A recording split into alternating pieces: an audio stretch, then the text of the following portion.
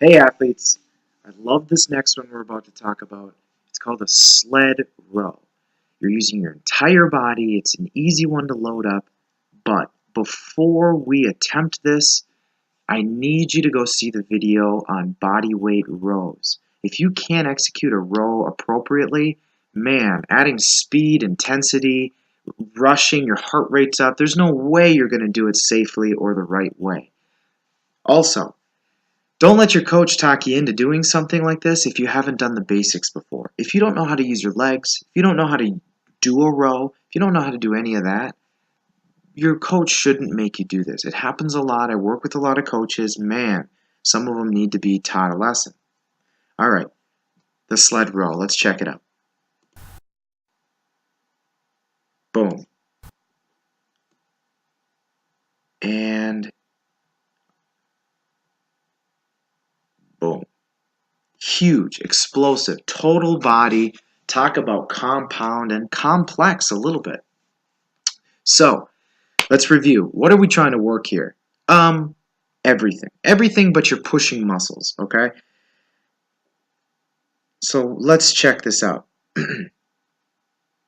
But in all reality, again, we're doing a lower body push. We're doing a jumping pattern, okay? We really are. The way we load, the way we extend, it's very similar to a box jump or a jump. So again, if you haven't seen the max height box jump video, go check it out and learn how you can use your lower body explosively. Okay, but let's talk about this sled row.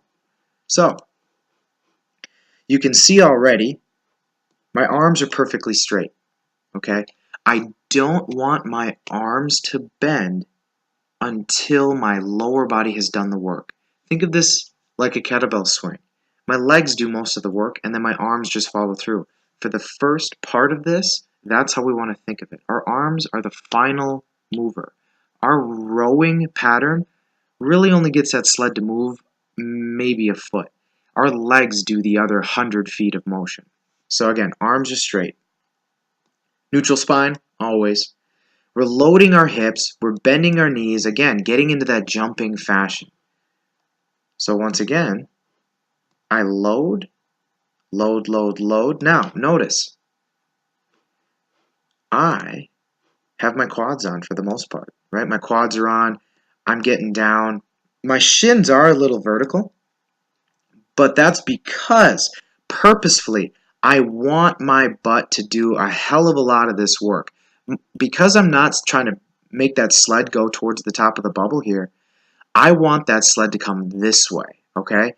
So I need my hips to drive through, follow through, so that I can get as much oomph on this as possible. So again, it's not a perfect squat, it's not an RDL, it's not a deadlift, it's kind of that hybrid we've talked about when we were talking about those kettlebell cleans. Again, if you haven't seen a kettlebell clean, go check the video out, go learn a few things. So again, let's fast forward a little bit. So I fully load. Again, I'm getting kind of low. You can see I shift my hips back so I can get the sled to start moving. Then I drive, and you've heard it a million times, and I'll keep saying it. I drive down, right? I drive down. My shoulders are going to come up and back in order to compensate for the fact that my hips are coming straight through. That provides me a counterbalance. So watch that in action. I drive down. My hips come forward as my shoulders go back. See if I can get you a visual. My hips are coming this way, my shoulders are coming that way, and then right here you can see my arms are bending already, okay?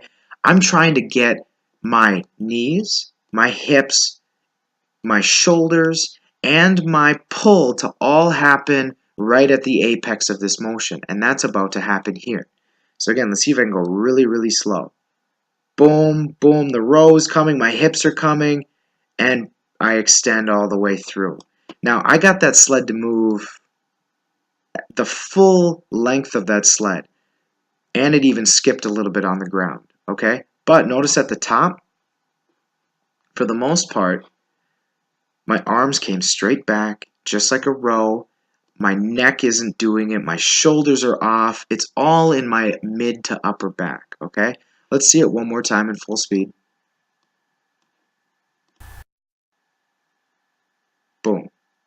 Now, if we want to add a little bit of intensity to our sled pulls, I always tell people, link them together as quickly as you can, because you backpedaling, dropping down into your hybrid position, and then exploding, you're stretching the muscles faster than you would had you done it under control like that first one. So watch this. Watch these two put together. I run back.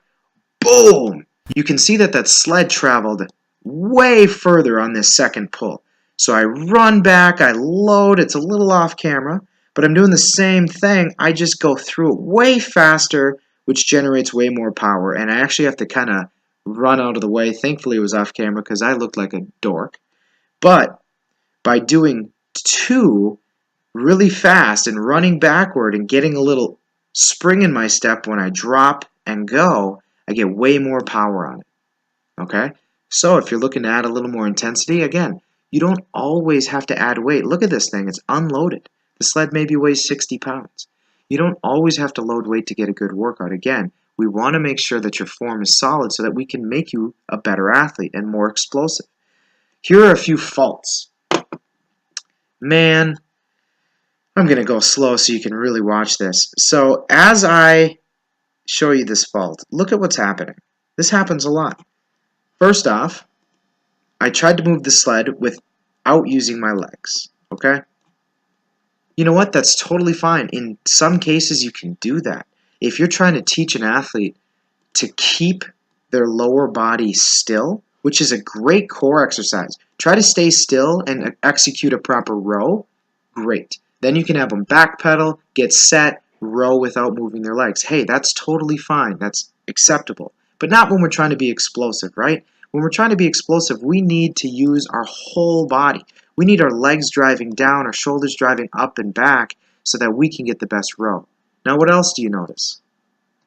My elbows flared, my shoulders came up and over, and my wrists bent. Go back to that body weight row video.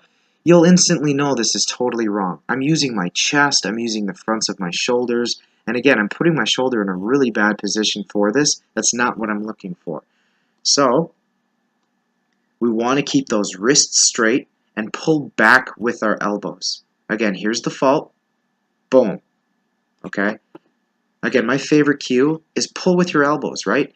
We always talk, your hands simply hold on to it. Your elbows pull back in order to move the weight. So let's go back to the proper one first before I move on to another fault.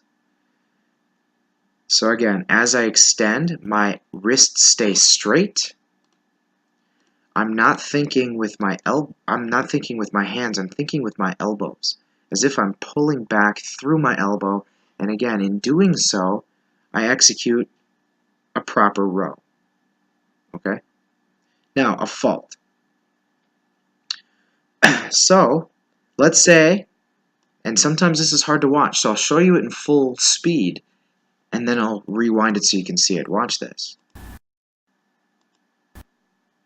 Looks pretty similar. I'm in a pretty similar position, okay? I used my legs a little bit. The sled only moved maybe half its length. But you can notice my elbows are really high. They're higher than my shoulders. Not necessarily great. My wrists are bent, okay?